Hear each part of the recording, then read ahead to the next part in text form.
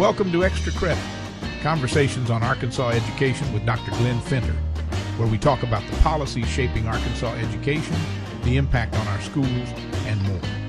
Dr. Glen Fenter is an Arkansas education leader and longtime advocate for strong, equitable public schools.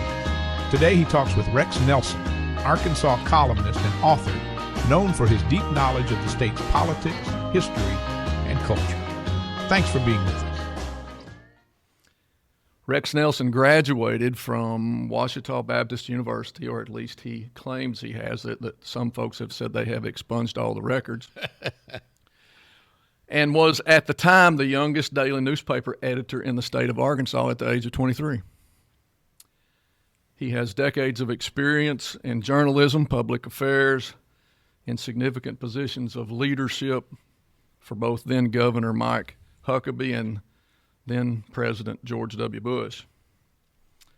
To the aforementioned distinctions, Rex serves unofficially as our state's resident historian, as an artful purveyor of the richness of Arkansas's past. He has unparalleled working knowledge of Arkansas dining opportunities, from the world famous to the most obscure, and is legendary for his colorful play-by-play offerings on Saturday afternoons for the Ouachita Baptist football team, as well as Friday night offerings to the insatiable Arkansas high school football gods, reporting on progress of every, basically, football team in Arkansas, and does it with great flair and entertainment.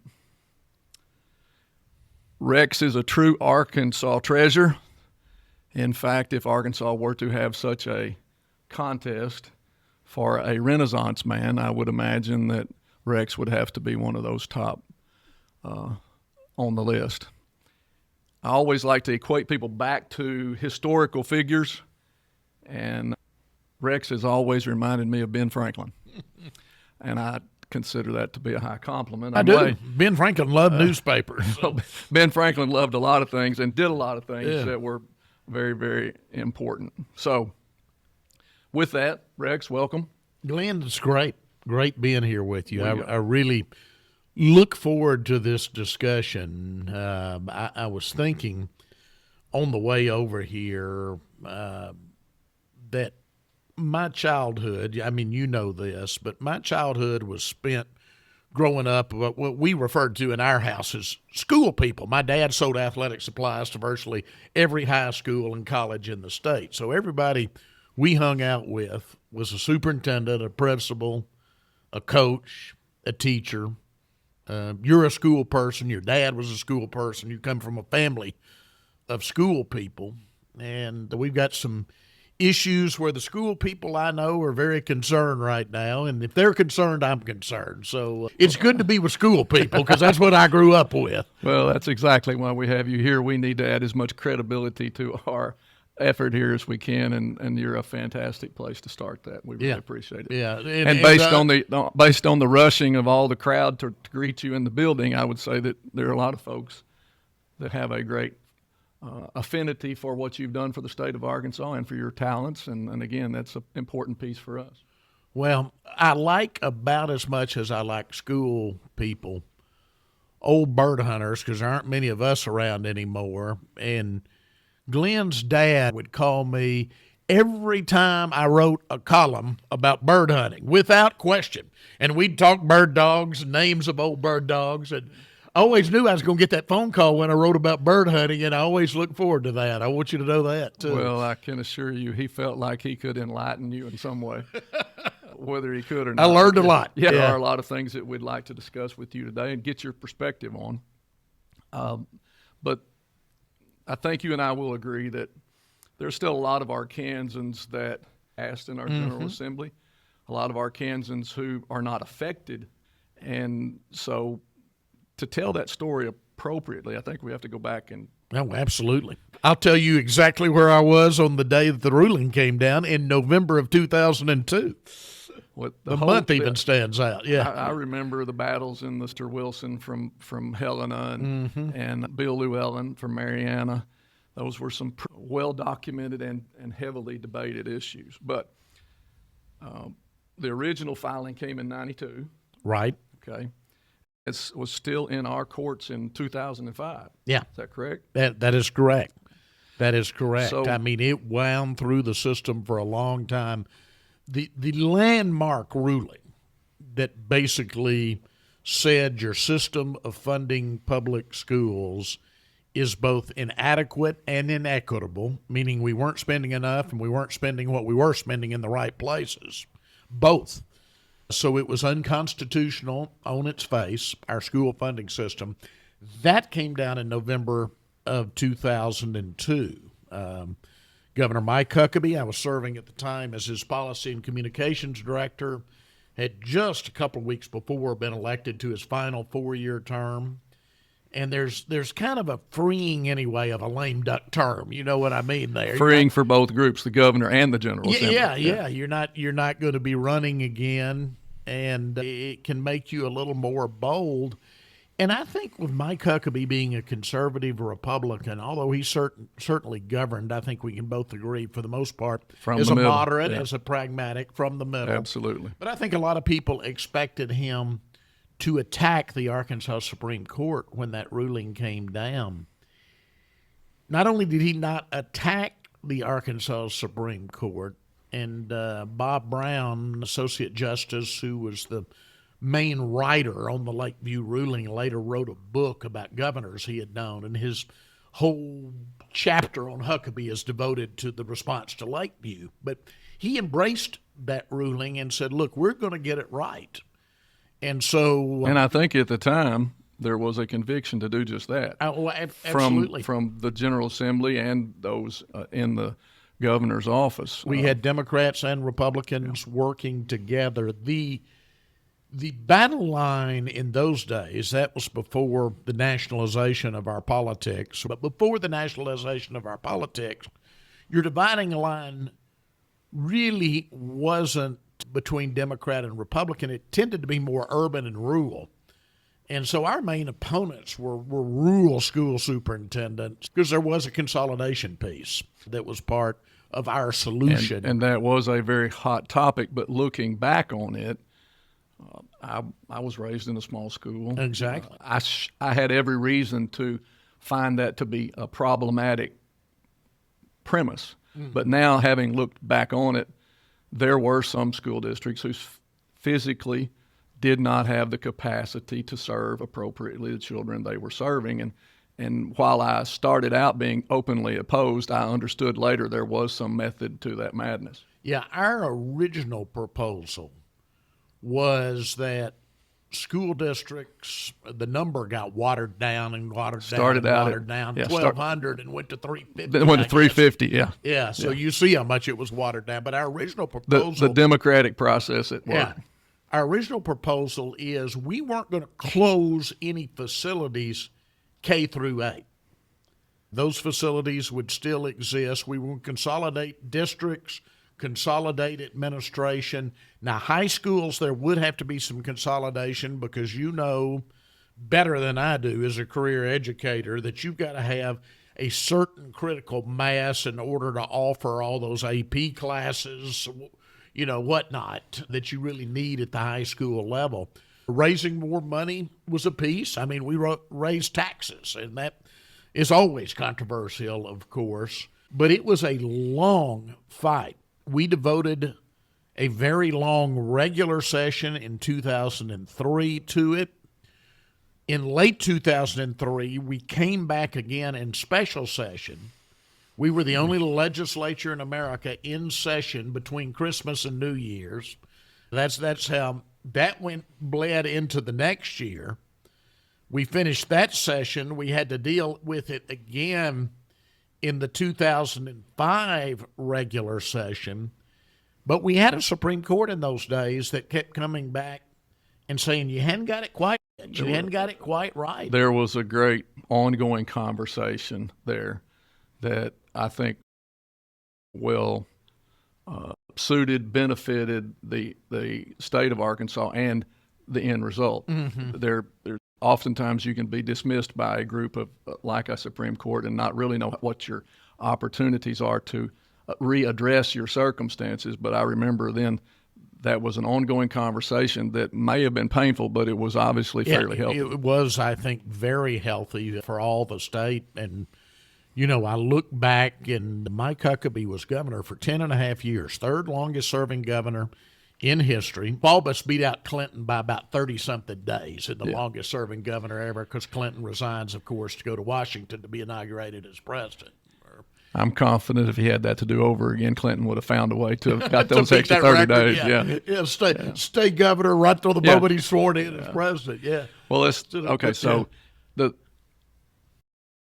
Lakeview was a significant movement within our state. I think it was the most important thing that happened, and I was in the governor's office for almost 10 of those 10 and a half years that happened during that period. But I remember being involved in the General Assembly very closely from really 1993 forward, trying to create a community college system, trying to build a community college, and somewhere in that near future you were in a similar position with the private schools in the state, serving as a director of their association. So you weren't as engaged in the ongoing conversations about Lakeview, but you had that in the back of your mind. Oh, absolutely. So from 2005 on, correct me if I'm wrong, but there was not a significant decision, conversation, proposal from anyone regarding public education that did not first ask the question, how does this relate to Lakeview? Oh, absolutely. How does this relate to Lakeview? Are we violating Lakeview? I mean, and for years, that was the case. Ray Simon, who was just wonderful. But, I mean, you talk about somebody that almost worked themselves to death. But Ray had been a superintendent. Exactly. And he understood the implications, the rationale behind the decisions, none of which probably everybody felt were perfect, but they understood how they happened and they respected it. That's right. And Ray was working, I'm telling you, 16 hours a day, 6-7 days a week. I was having that conversation with an old friend you know well, Woody Cummins, the other day, who was Ray's deputy at the time. And just the hours that we all worked to try to see that Lakeview was implemented correctly. Okay, so let's stop there. Is it the case that, technically speaking, the Lakeview ruling is still the land in Arkansas? Absolutely. The Lakeview ruling is still the law of the land. I believe that the current voucher scheme that we have in Arkansas is clearly unconstitutional. It is clearly in violation of Lakeview. Now, where you have to go from there, of course, is was the current makeup of the Supreme Court uphold Lakeview, and that, again, is an entirely different question now, because the current makeup of the Supreme Court is very different than what we had in 2002. Absolutely, and that's a question that I hope one day has the opportunity to be asked. Mm-hmm. I do believe there are some other issues that relate back to federal law that we'll discuss in a minute that hopefully another body might have an opportunity to weigh in on. Yeah, but having lived it day in and day out after the ruling came down, Glenn, I believe, and I know there are many that will disagree with me, but I believe that what we now call the Learns Act is unconstitutional on its face. And there are many who share that opinion, but as you well know, with the trickle down from our federal government, the rule now, or the accepted action now, is you do what you want to till somebody tells you can't. Mm-hmm. Whether we believe that it's legal or not is irrelevant. What can we do that somebody can stop us from doing? And that's kind of where we are with this whole conversation. And you can get so much deeper than me as an educator, and I admit that I simplify things. But the way I used to simplify Lakeview was this way. And this is a simplification, but on its face, it kind of gets to the heart of what that ruling was. And that is that child down in Eudora. Now, practically, you look at millage rates, everything else, practically it might not happen. But you got to make your best shot to offer that child the same opportunity that a child in the public schools of Bentonville absolutely will receive. and you're unconstitutional if you don't do that. That's boiling it down. That is simplifying it. But in essence, that's what Lakeview was telling us. And in defense of those folks who have a hard time translating Lakeview into reality, I've spent 35 years in the Arkansas Delta. I moved there voluntarily. I was offered the high school principal's job in Fayetteville and the high school principal's job in West Memphis on the same day.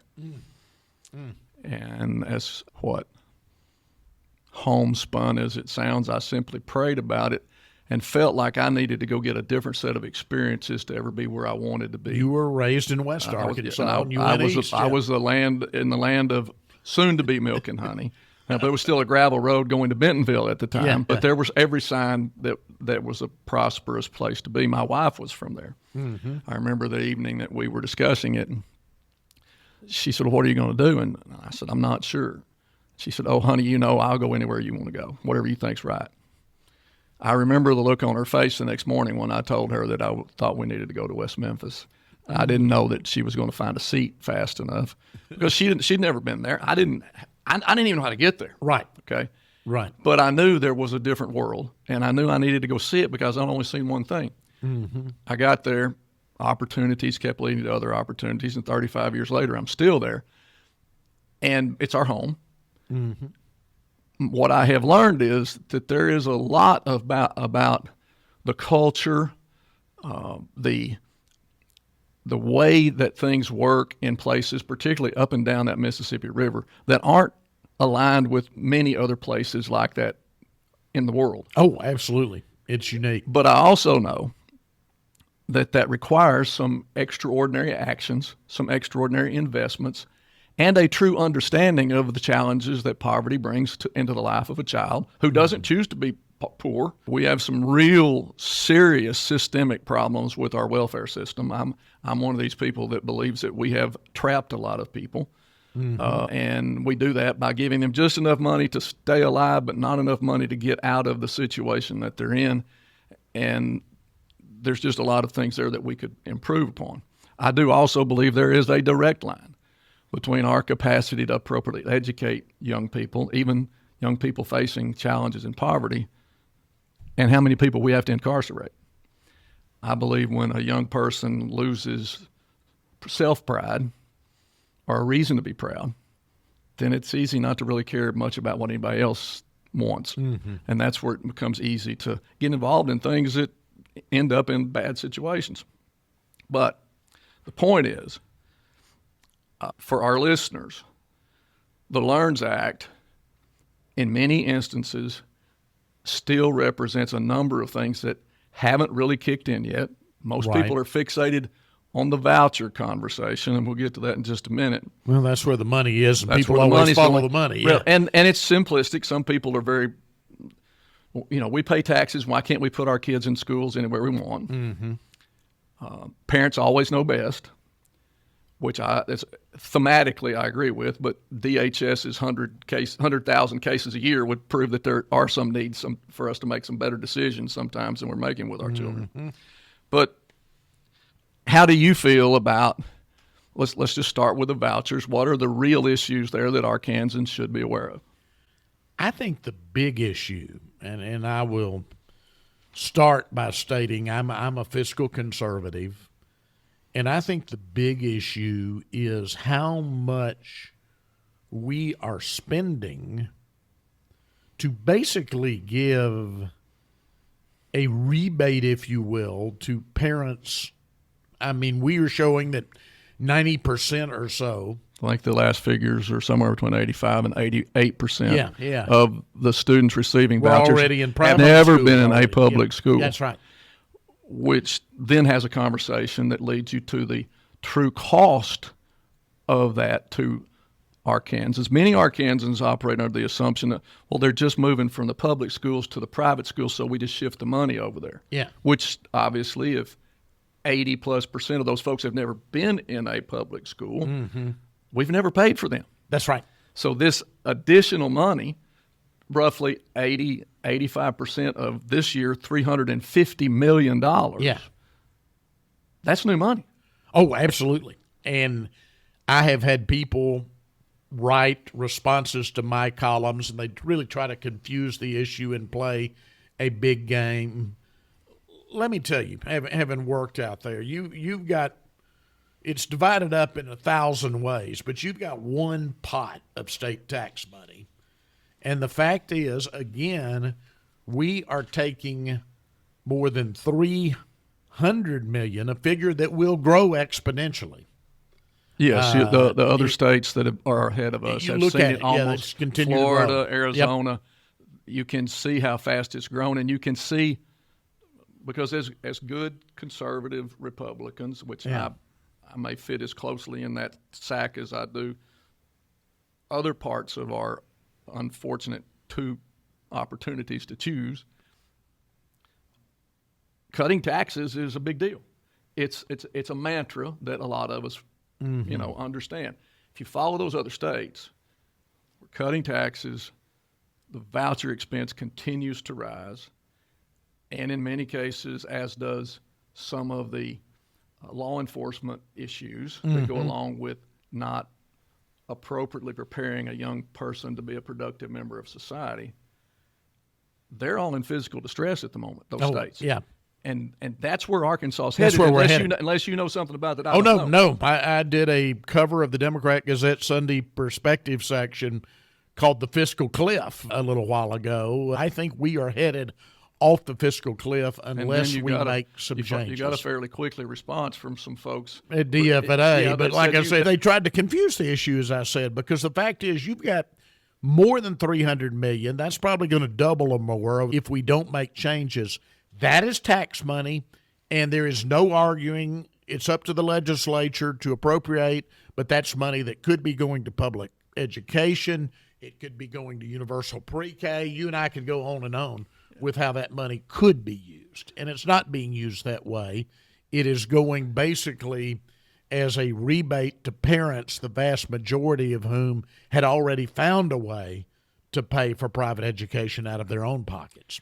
So one issue that most Arkansans can relate to, whether they have children or grandchildren in school, is that this is probably not as fiscally responsible as we would expect it to be coming out of our general assembly. That's right. I would call it fiscally irresponsible. Okay. You have written some fairly pointed columns regarding the role of our General Assembly in this process. Mm-hmm. I choose to look at it a little differently, not significantly, but I am confident, I think you are as well, that most of them had no idea what they were passing. Mm-hmm. They were forced to pass it with some great deal of just old backroom politics. I've got more money than you have. If you don't support what I want you to do, then I will be happy to spend some of my money to see that you're never reelected. Yeah.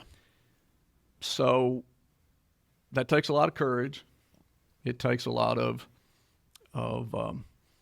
spine to run up against that, particularly with the peer pressure of everybody voting for it. Yeah. But basically, have you ever seen a 140-page document with that many run through that quick? Exactly. It was like Grant taking Richmond. And what I have tried to point out, and what the average Arkansan needs to understand, and you can verify this again as a career educator, there was almost no input from Arkansas educators on this. This was a template that was written by out-of-state organizations who push vouchers all over the country. Those in a minute.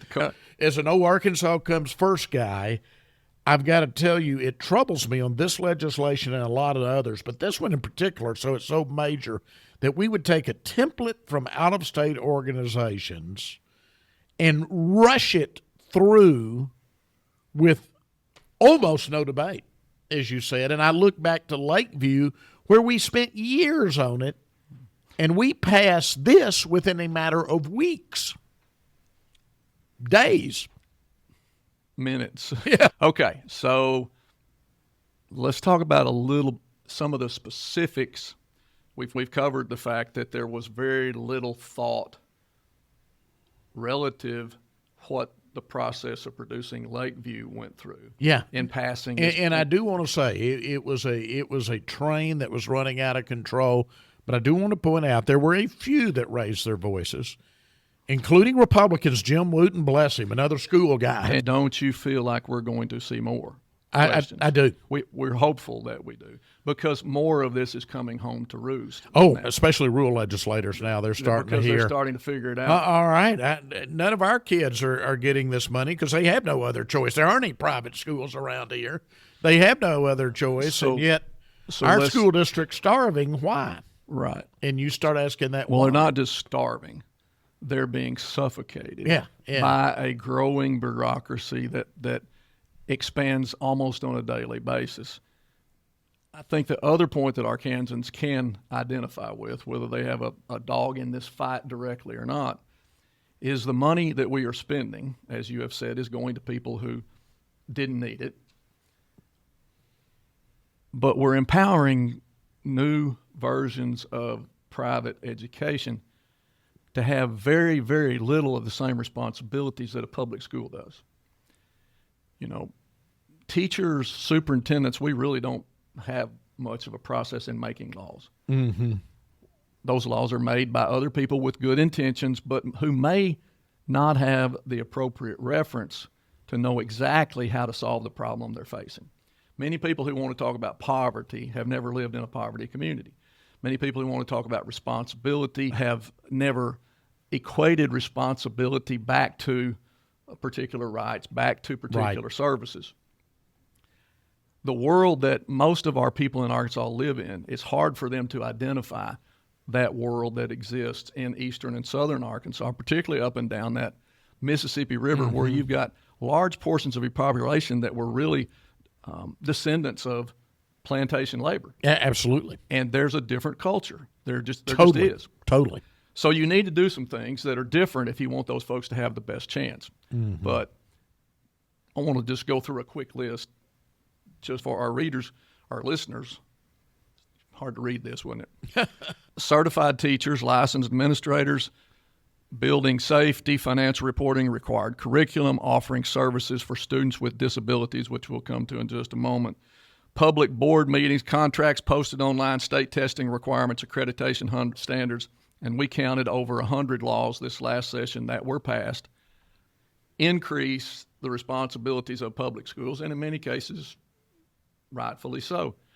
But in the law themselves, private schools were explicitly removed from those responsibilities. Mm-hmm. So we're not holding these people to the same level of accountability. Not at all. Not even close.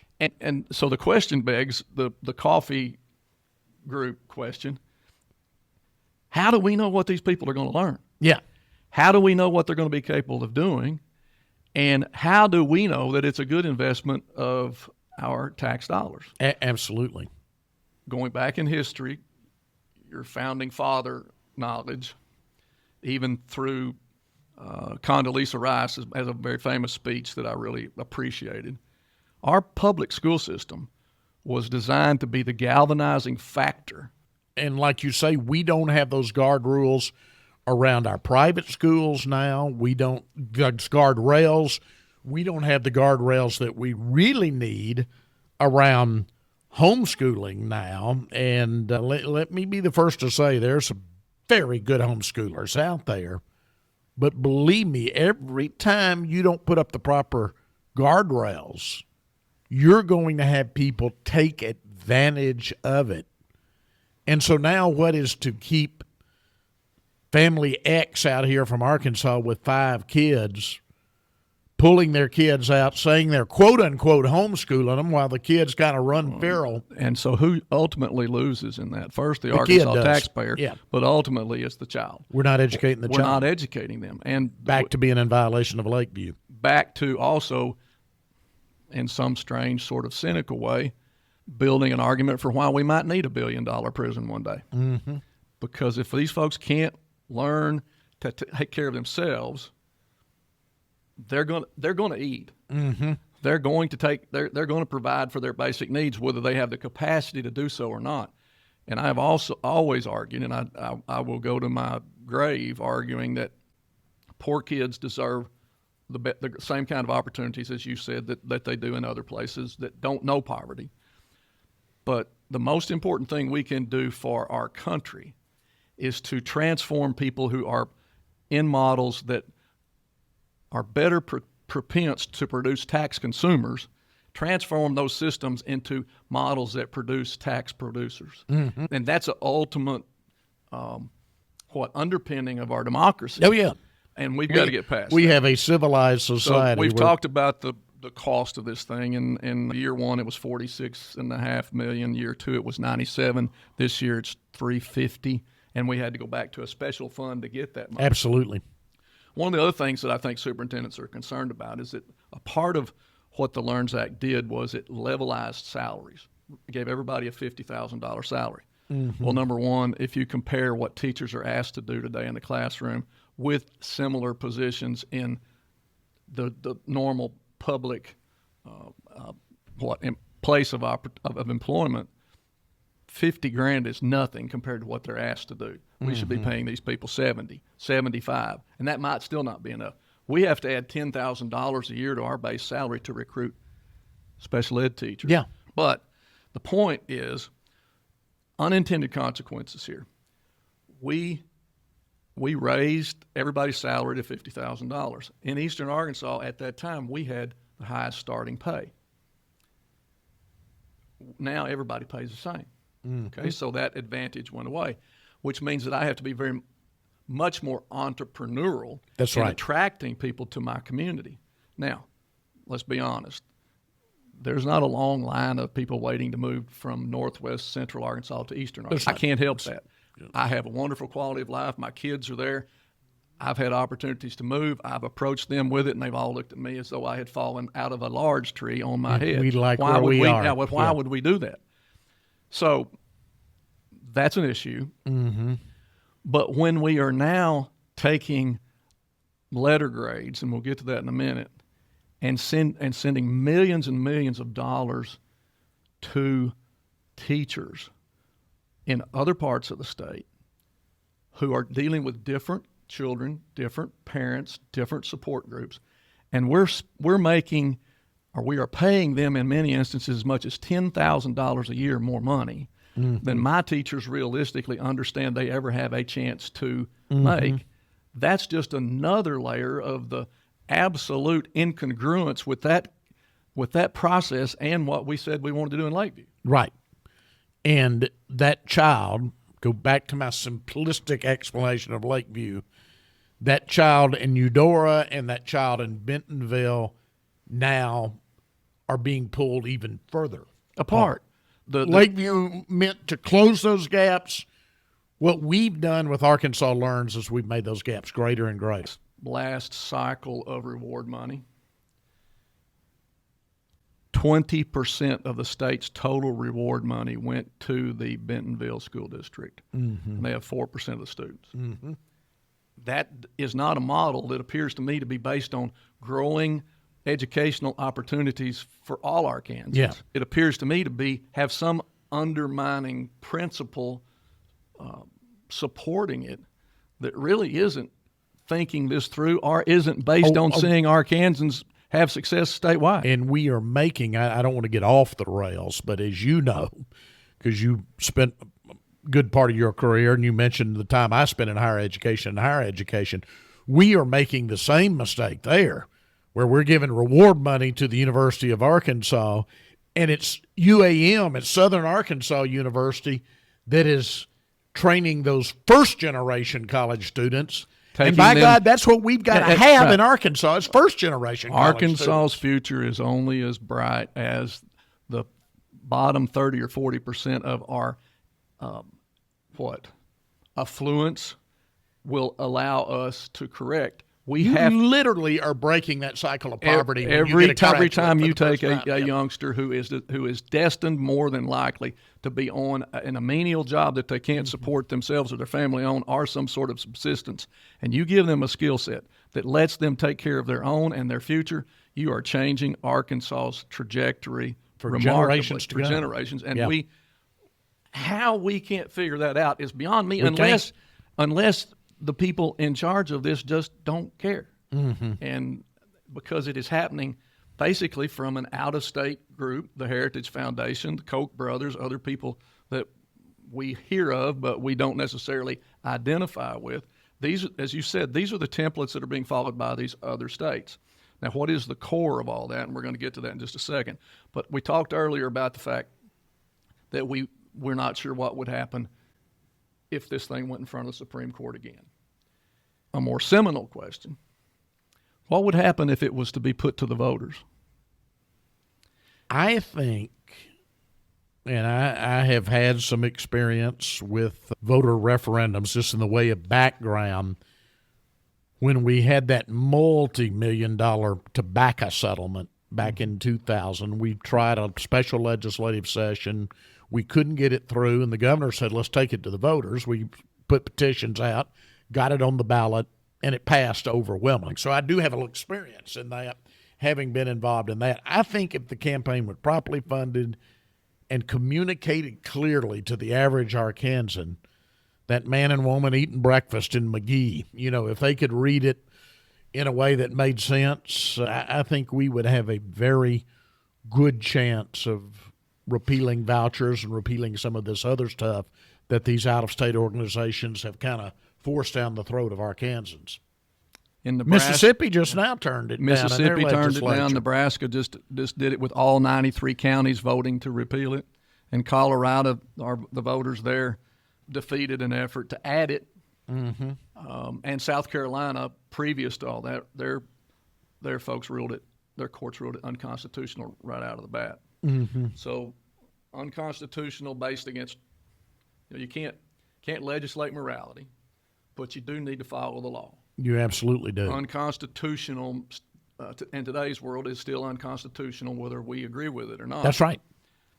So until there's a ruling otherwise, Lakeview is the law of the land in Arkansas. So basically what we're doing at the moment is openly, aggressively, willfully, and with purpose violating the law of the land. We are violating the Arkansas Constitution right now. All right, so let's talk about federal on a rights. Daily basis. Our world has never been crazier. Mm-hmm. What it brings to the schoolhouse has never been crazier, and most of the schoolhouse models that our history is based on. I mean, when you think about public schools, you go back to your experiences. Mm. Old Miss Wilson, she wouldn't have put up with that. She'd have hit us across the head with a ruler. Or that coach he wouldn't have run us. He had a big old paddle, and he now would bust there are our thousands of new laws since those days. Absolutely. Yeah. So the Arkansas law book is at least 4 inches thick. Oh, it's crazy. Most of which has never been started, even discussed of any link with educators. Every politician, and rightfully so, believes they know what education ought to look like. They just don't know the world we're living in today. So one of the things that you're seeing in higher levels of poverty is an increase in autism, dyslexia, and students who rightfully deserve special education services. Special education is a very, very litigious arena. It is one where you are asked to do some things that you just really aren't equipped to do, but you still have to give it your best shot. It's not uncommon for schools to have some particular students that cost them over $100,000 a year in equipment. On the form to fill out your eligibility for the voucher in Arkansas is a box that you have to check that says a participating student may no longer be entitled to free and appropriate public education and related services. The acronym for that is FAPE. But at the end of the day, it requires, we believe, reiterating the Lakeview position that if there is a penny of state or federal money spent on an institution, you cannot deny rights to students who need special services. That's correct. These students are not only denied access or entry when they go, they have to give their rights away to even be considered to be eligible for the voucher. Mm-hmm. I don't understand how in a federal court of law that could not be thrown so far out the window that it could never be found. But it's a long, drawn-out process. Many of the lawyers I've talked to agree. An expensive process. Who's going to pay for it? That's right. Who pays all these legal fees? And one other point that we need to touch on really quickly is this idea that this thing is supposed to be helping all Arkansans. How many Arkansans are actually within a dead cat's throw of a private institution? No, we are how increasing that urban-rural divide. That's we all get we're doing. there, transportation, and many of our instances have seen mysteriously their tuitions rise after we decided that other people could walk in with enough money to get in. I see two ways out, and we've mentioned both of them. I don't know that we achieve either, but I see two ways out. The first is that legislators start wising up, saying, look, we rushed this thing through. We had a new governor. We wanted to make her happy back in 2023, and we made a mistake. We've got to change this, and we do it legislatively. If not, then the second way out is what we said is an initiated act, which our legislature has made harder and harder to get done, absolutely, as has our Supreme Court, but initiated act where we get it on the ballot and the people do it. Those are the two ways out. We've got to figure out how to make a silk purse out of a sow's ear in Arkansas. Yeah, logic. As those prices or that cost continues to rise and goes from $300 million to $400 million, but that's not to $500 million. But that's not the only issue. Let's look at one. Let's look at a region real quickly. Eastern Arkansas is a place that has always been better at producing tax consumers than tax producers. Mm-hmm. That's never going to change until we do something different. That's right.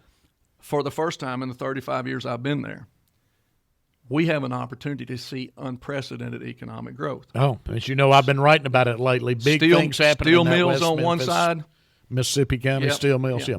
Google on the other, and I understand that there is another auto manufacturer who has been back and forth more than sniffing once. around. Yeah. So, if you were the governor and you understood the economic development opportunities and the once-in-a-lifetime chance to grow that community that is hemorrhaging people, would you be creating a circumstance that labeled the schools as failing, or would you be creating a circumstance that said, let's get over there and figure out what we have to do to fix this? Yeah. No, I would see with the things you mentioned, the steel boom in Mississippi County, Google coming to Crittenden County, on and on, I would see an opportunity to take the northeast quadrant of the state to a new level. Again, it becomes a producer instead of a consumer, as you put it, and I would do everything in my power, because once you change that trajectory, you change it for decades, if not centuries. One only has to examine what happened earlier in Marianna and Helena. Mm-hmm. Most people don't understand that at one time Helena could have been considered one of Arkansas's brightest stars. One of the most prosperous cities in the state at one time. It was so a let's port. start in Jonesboro and come down the river. You get past Jonesboro and Rivercrest. Then you're a little further west, Blytheville. Mm-hmm. Blytheville's public schools are under state control today. Mm-hmm. Osceola's schools are very, very close. Earl is under state control. West Memphis and Marion's test scores are under great fire. I want to talk about that in just a second. Anna. So what happens when these things go away? What happens when these schools shut down? What happens to those communities that are left? Yeah. You have nothing. They dry when you up. take that school, that community is shut down. The community goes away when the school goes away. So one of the things that we just did is we created a new test. We had plenty of access to others. This is a third or fourth new test Arkansas has created in the last 20 years. We spent $25 million doing so. It claims to be a criterion reference test, which is the best kind of test to have. Mm-hmm. But then it takes those test scores, which are supposed to help you achieve certain expectations, but should be taking into account the students that you're working with. They completely ignore that. But then when you take those test scores and translate them to letter grades, you're moving into a place where you are labeling a community of failure. Once you do that, all of the challenges that you've had heretofore in hiring people, getting people to move to your communities, multiply. they go out the window. Yeah. So it's your economic development opportunities go away. Self-fulfilling prophecy. Yeah. Our test, and that's for another session, but our test is uniquely designed to do one thing and only one thing well, and that is to predict and or gauge the current prosperity level of that community. Mm-hmm. Our high school letter grade is based on 5 teachers teaching in the 10th grade. There's nothing else that's tested, only testing 5 or 6 subjects in the 10th grade. Mm-hmm. Yet that label creates a world of insanity that you have to go fix. Nothing's worth that. We've got better ways to fix that. And the first thing, the one that we have to acknowledge, is if we'd taken some of this $360 million and placed it in pre-K investment in eastern Arkansas, you would start to see the benefits of that very quickly. Amen. I can only say amen to that. We continue to walk away from that. So, lastly, I know we got to get out of here because we've already exhausted everybody's attention. This is all a part of a larger plan. Arkansans aren't dreaming this up. These laws that we're passing aren't coming from Arkansans' cerebral cavities. So, being a historic buff, isn't there something about this that kind of reminds you about carpetbaggers? We're bringing people in from other places to tell us how to run our own state. Absolutely. It's funny. I have a piece probably coming up in a few months, but loving Arkansas history like I do, I wanted to do a piece about how Arkansas so often in our history, and I love this place. People who know me know I do more than any place else on earth. It's home. But we have a tendency to be on the wrong side of history. We were on the wrong side of history in the Civil War and Reconstruction. We joined the Confederacy. We were on the wrong side of history during the Civil Rights era. And thus we saw 1957 in Little Rock, and the segregation era continue long after it should not have. And our state has not fully recovered from that since. It set economic development back by decades. Believe now in embracing what I call a MAGA agenda, and this is part of it. Vouchers are part of it. I think we will find ourselves on the wrong side of history yet again. So, the theory, and lastly, you've heard this. To the old quote, history may not repeat itself, but it often rhymes. Here we go again. Yeah. It's deja vu over. Yeah, there you go, Yogi Berra quote. Yeah. To bring that to some closure, there is this story that our far-right leadership in the MAGNA world had a very close relationship with a far-right evangelical group.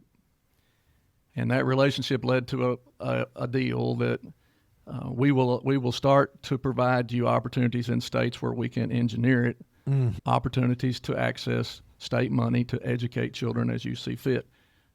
The return is that we want to make certain that all those children are educated to understand who gave you that money and the political, ideological premise that they should operate from that place on in the rest of their life. React to that. Tell me what you think. I use the term in the paper MAGA colony because I think in many ways we have become like a colony. The old colonies in world history who would ship their natural resources out and never see much in return. And so we've become this place where we experiment with all of this stuff to make national groups happy. But who are the losers? Those of us who live here. Yeah, we're not to mention any individuals in particular, but it appears to me that we have people running our state who are either jockeying for positions of higher authority in the state and have to earn merit badges with the far right to do so, or they are leading to leave. Yeah. And neither one to go to Washington. Neither one good for Arkansans. No, not good for people in Marion or people in Little Rock, either one, which is where we live. Well, listen, Hoss, we really appreciate Glenn, you being always here. Fun. We could be selling tickets, but thank you, bud. We appreciate it. Thank you.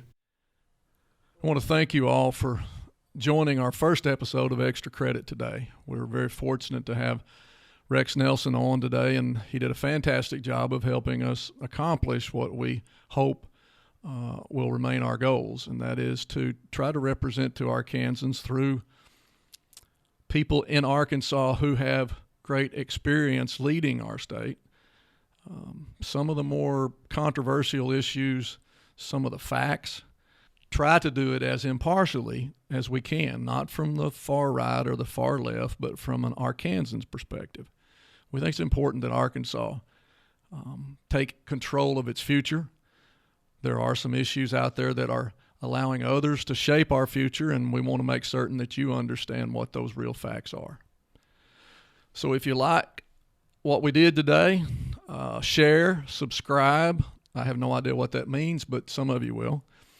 If you have a comment or a question, put it in the comment box. We plan to do more. If you've got suggestions on issues, our future guests, we would certainly appreciate those. We want to be relevant to the state of Arkansas and certainly relevant to your future. Thank you very much.